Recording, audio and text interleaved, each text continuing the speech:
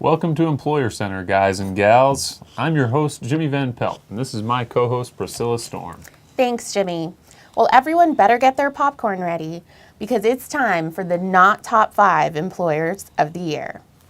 There are 5 teams that took an L this week because their employment practices were about as bad as the El Paso Diablos baseball team. Well, I'm not sure there was anything as bad as the El Paso Diablos, Priscilla, but these employers did everything they could and more to be terrible this year. Excellent. Let's take a look at these employers. Coming in at number 5 on the countdown of the not top 5 employer plays of the year, it's the Cleveland Musketeers. Tip in on the play, though, Taylor collides with teammate Michael Kidd-Gilchrist, who's taken off on a stretcher and a neck brace. Ouch, that's gotta hurt. My grandma could have done a better job with that rebound, Priscilla, and she's dead. Well, hopefully the healthcare out there in Cleveland is better than that rebound. Since both LeBron and that other guy were injured on the play, the Cleveland management met with both players to explain their team's healthcare coverage. Come in. Welcome, LeBron. Take a seat. Do you want us to bring you anything before we get started? Water, Gatorade, steak? All on a gold tray? No, I don't need any of that. I just need to know what kind of medical treatment I'm going to be getting for this injury that I got here. You know, I moved back from Miami to come back home to Cleveland, and I was being guaranteed the best health treatment. In fact, when I was in Miami, I did have the best health treatment. I mean, look, even my receding hairline is gone. Don't you worry, LeBron. We're going to fly you in the team plane to see any specialist that you want in the country. It's part of your health insurance package. Hey, we'll even throw in some treatments with a psychologist to help you deal with your loss to the San Antonio Spikes in last year's NBA championship. Oh, all right. Well, man, I knew that I came home to Cleveland for a reason. Thank you.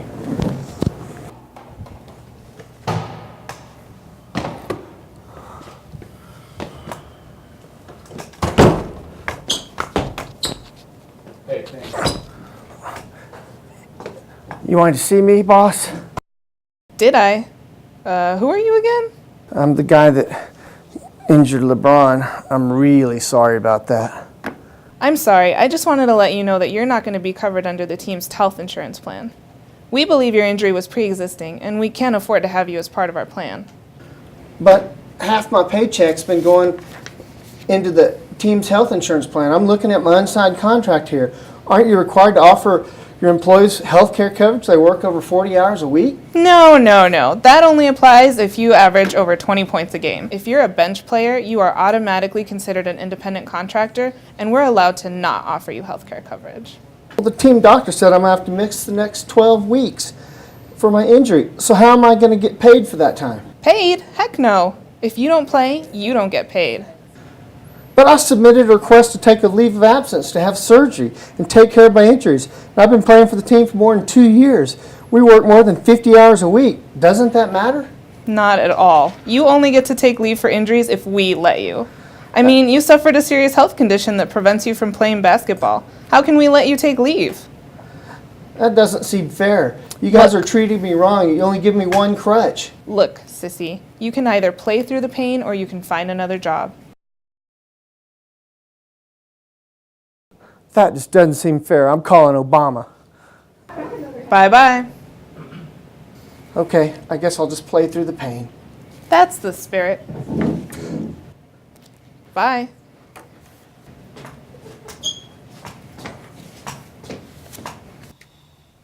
Wow, Jimmy, I'm surprised they let him stay on the team after injuring the King.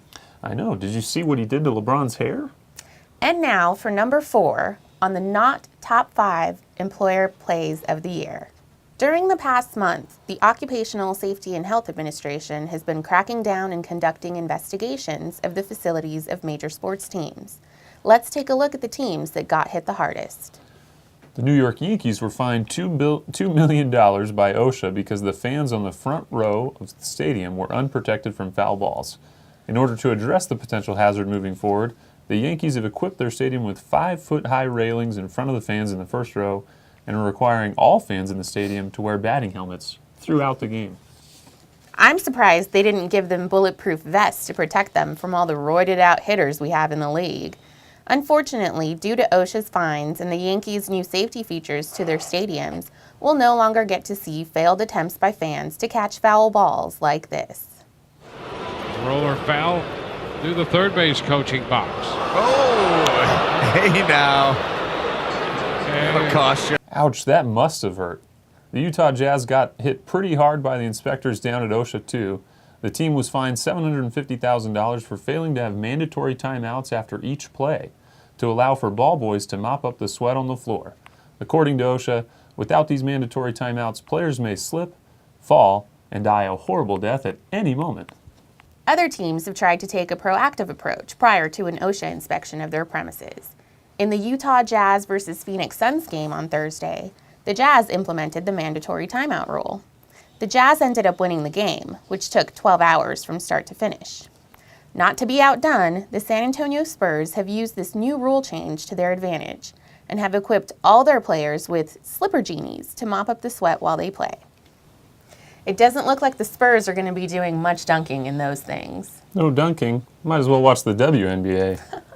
Well, ladies and gentlemen, it's time for a quick commercial break. We'll be right back with our final top 3 employers from our countdown. Actually, Jimmy, the commercial break is going to last about 4 hours, and we're not going to come back on the air until after lunch. Well, in that case, enjoy this extremely long infomercial from Scott Hulse's Labor and Employment section.